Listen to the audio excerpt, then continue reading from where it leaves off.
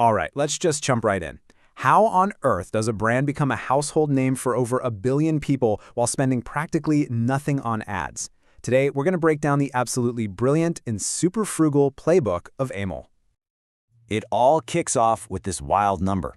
Amul, one of India's biggest, most beloved brands, spends less than 1% of its total revenue on advertising. Just let that sink in for a second.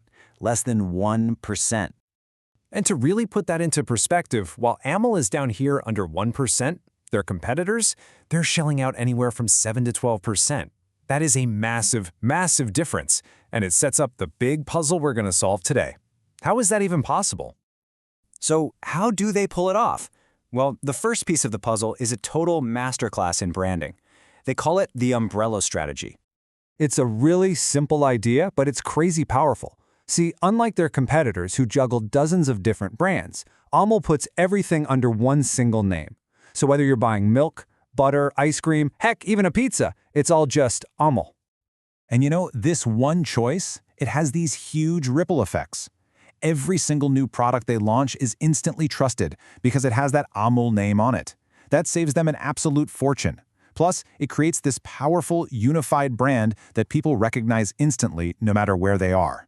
And this whole strategy is just perfectly summed up in their legendary tagline, "The Taste of India." I mean, that elevates Amul from just a dairy company to a core part of the national identity. It makes every single product under their umbrella feel familiar, like it belongs. Okay, but look, a great brand name can only take you so far, right? If you're going to spend so little on ads, you have to be unbelievably creative. And this brings us to the second pillar, Amul's genius use of what we now call moment marketing. A game they've been winning for over 50 years. The star of this show, of course, is the iconic Amul girl. This character has been the face of the world's longest-running ad campaign, and for decades, she's been offering these witty, charming, and sometimes pretty sharp takes on everything happening in the world.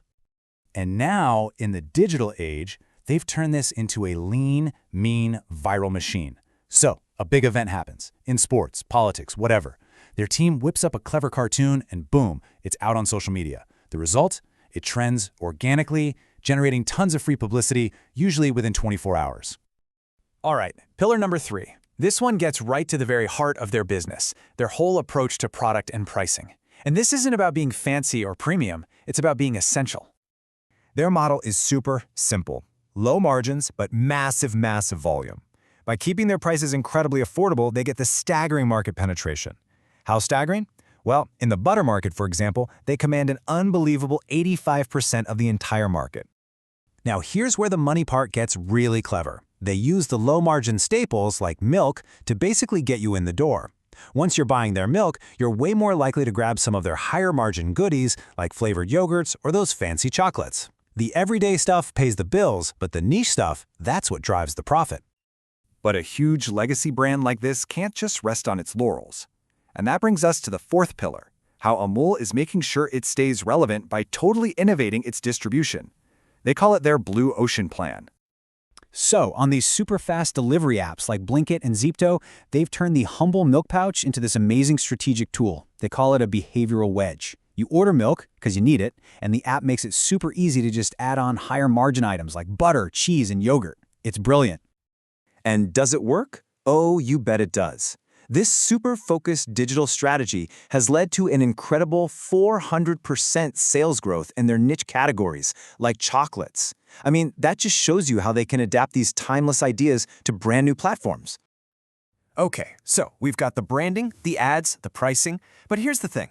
None of it, absolutely none of it would work without the one thing holding it all together. The real secret sauce is the actual structure of Amul itself. See, Amul isn't your typical corporation. It's a massive cooperative, actually owned by millions of dairy farmers. This whole model is designed to cut out the middlemen, creating a direct line from the person who produces the milk to you, the person who drinks it. This isn't just a business model, it's where all their authenticity comes from. Because of that structure, about 80 cents of every single dollar you spend on an Amul product goes directly back to the farmer. That pro-producer truth is their most powerful marketing message of all. It builds this deep emotional trust that no ad campaign on earth could ever buy. So, let's just tie it all together. The Amul playbook is a masterclass in making everything work together. You've got the umbrella brand for instant trust. You amplify that with witty, low-cost moment marketing for viral reach. You make it all accessible with a price model focused on value, and you keep it fresh with a smart digital distribution plan. It all just works. And all this leaves us with one final, really fascinating question. In a world obsessed with big data, micro-targeting, and just throwing billions at advertising, could Amul's simple, authentic, human-centric model actually be the smartest way forward for everyone?